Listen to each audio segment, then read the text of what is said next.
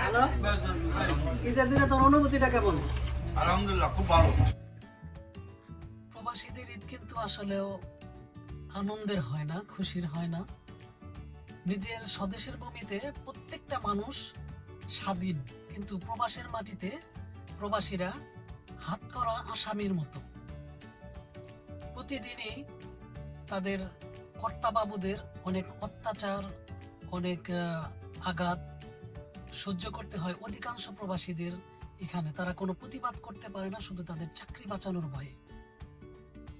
প্রবাসীদের প্রতিদিন কাটে তাদের অনিশ্চিত ভবিষ্যতের কথা চিন্তা ভাবনা করে। আজকে ঈদের দিন, এই ঈদের দিন প্রবাসীদের শুরু হয় একটা কৃত্রিম হাসি আর আমি ভালো আছি এই মিথ্যে কথাটা দিয়েই তাদের ঈদ উদযাপন শুরু হয়। সাউথ কোরিয়ার বুসান থেকে আমি রুবেল আহমেদ। আজকে আমি দেখাবো আমাদের এই বুসানে, আমাদের এই এরিয়াতে ঈদের মাঠটা কেমন হয়, ঈদ উদযাপন প্রবাসীরা কিভাবে করে, সেটা আমি আপনাদেরকে এই ভিডিওর মাধ্যমে তুলে ধরব। চলুন ঈদের মাঠে যাওয়া যাক। আমার এখান থেকে ঈদের নামাজের মাঠ 3.5 কিলোমিটার পথ। প্রতি বছরই সকাল 7টায় অনুষ্ঠিত হয় এখানকার ঈদের জামাত। নির্ধারিত সময়ের পূর্বেই আমরা রওনা দিয়েছি ঈদের মাঠের উদ্দেশ্যে।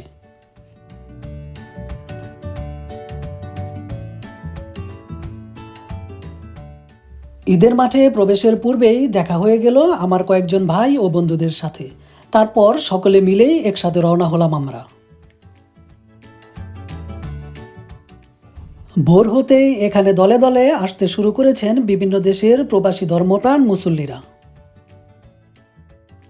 প্রতি বছরই ধর্মপ্রাণ নারী মুসল্লিদের জন্য করা হয় নামাজের সুব্যবস্থা।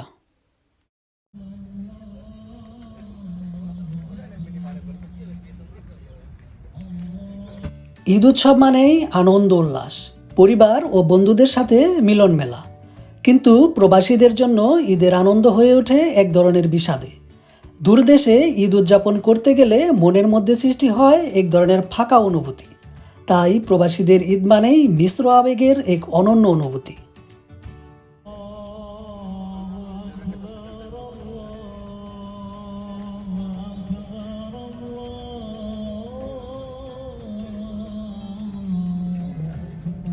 শান্ত, সুন্দর ও নিরিবিলি পরিবেশ দেখে মনটা ভরে যায়, হৃদয়টাও জুড়িয়ে যায়।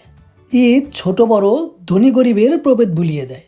ধনী গরিব সকলেই এক কাতারে দাঁড়িয়ে ঈদের নামাজ আদায় করেন, সামিল হন ঈদের আনন্দময় উৎসবে।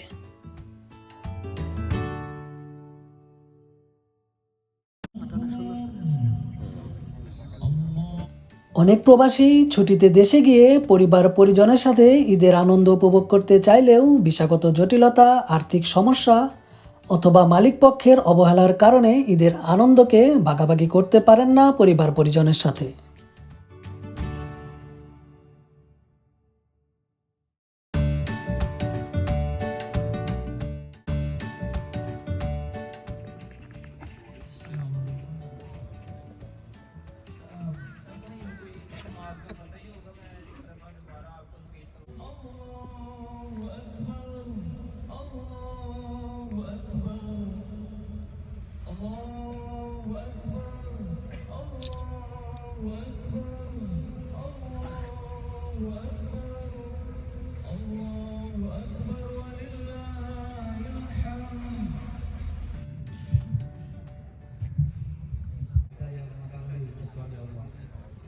Keesokan harinya pada tanggal 9 Juli Nabi Ibrahim alaihissalam bermimpi lagi dengan mimpi yang sama. Arafah Ibrahim annahu minallah. Yakinlah Nabi Ibrahim.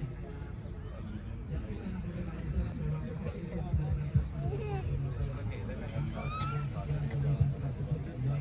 bahwa itu dalam hadis di Nabi disebutkan. অধিকাংশ প্রবাসীরই ঈদের দিনটি কাটে নামাজ শেষে দু একজন কলিগের সাথে কোলাকুলি, ফটোশ্যুট, তারপর বাসায় এবং পরিশেষে ঘুম।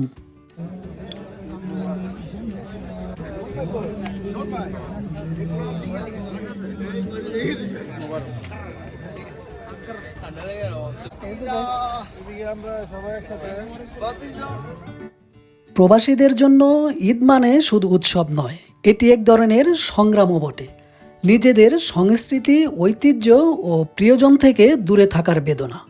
তবু এই বেদনার মধ্যেও প্রবাসীরা খুঁজে নেয় আনন্দের মুহূর্ত।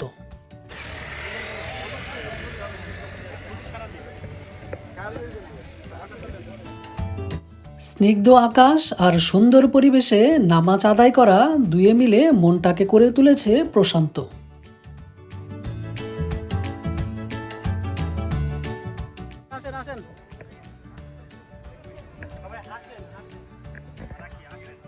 ঈদের আনন্দ, ঈদের একটা ফুর্তি নিয়ে আটো, ঈদের একটা আনন্দ, ঈদের একটা আমেজ নিয়ে হাঁটতে হবে।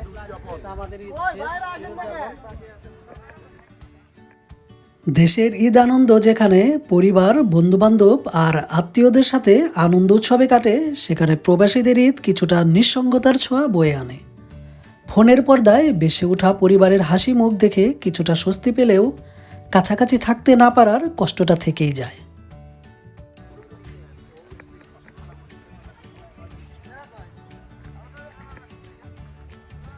আগামী সপ্তাহে আগামী সপ্তাহে লোক দেখে গিয়েছে, লোক আসছে। হ্যাঁ স্যার কি ভালো প্রবাসীদের ঈদের দিনটি শুরু হয় এক ধরনের একাকিত্ব আর কর্মব্যস্ততার মধ্য দিয়ে। কাজের দায়িত্বের কারণে ঈদের সকালেই অনেক প্রবাসীকে যেতে হয় ডিউটিতে। আবার কখনো ছুটির দিনে ঈদ হলে কয়েকজন বন্ধু ও রুমমেট মিলে একসাথে রান্নাবান্না করেন। সেই খাবার সবাই একসাথে খাওয়ার মাধ্যমেই ভাগাভাগি করেন ঈদের আনন্দ। ঈদের নামাজের শেষে, জামাতের শেষে আমাদের এখানে কিছুক্ষণের মধ্যে আমরা একটু বৃষ্টিপাত করতেছি। কিছুক্ষণ সময় এখানে যারা ব্যাচেলর যারা আছে এখানে তারা সবাই এখানে মিষ্টিমুখ করাইতেছে। তো বিষয় হলো যে আমাদের দেশের অনেকেই ভাবে যে প্রবাসীরা মিষ্টি খায় না, সেমাই খায় না। আমরাও যে মিষ্টি খাই, সেমাই খাই, এই যে দেখাই দিলাম আপনাদের, আমরাও কিন্তু সেমাই মিষ্টি খাই।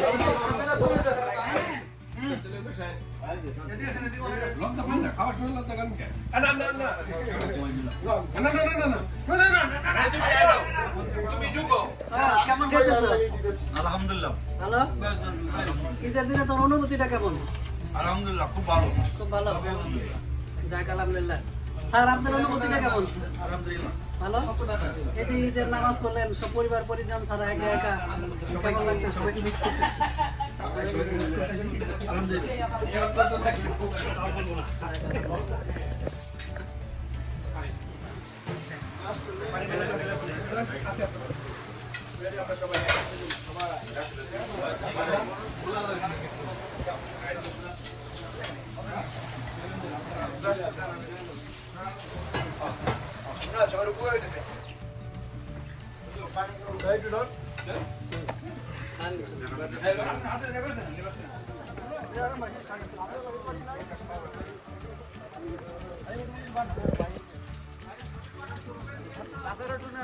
ইনশাআল্লাহ।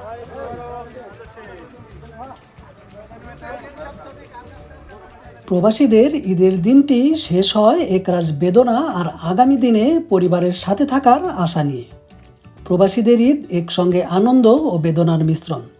এটি তাদেরকে মনে করিয়ে দেয় বাড়ির মায়া, আবার অন্যদিকে শেখায় দূরদেশেও নিজের সংস্কৃতি ও ঐতিহ্যকে ধরে রাখা।